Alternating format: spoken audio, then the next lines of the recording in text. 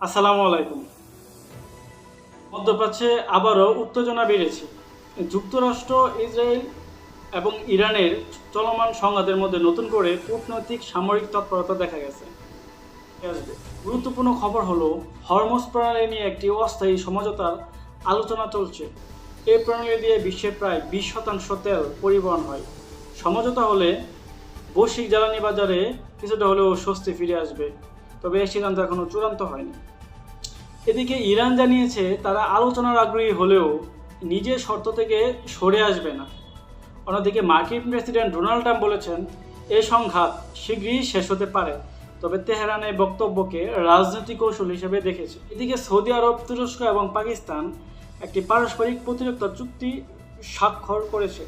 বিশ্লেষকদের মতে ইরান সমর্থিত গোষ্ঠীগুলোর ক্রমবর্ধমান হামলার আশঙ্কার মধ্যে এই জোটটি গঠিত হয়েছে।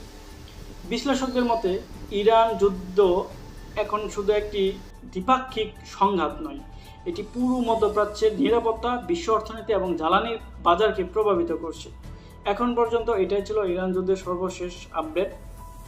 ধন্যবাদ। আরও আন্তর্জাতিক ও ব্রেকিং নিউজ পেতে আমাদের সাথে থাকুন, আমাদের চ্যানেলটিকে সাবস্ক্রাইব করুন।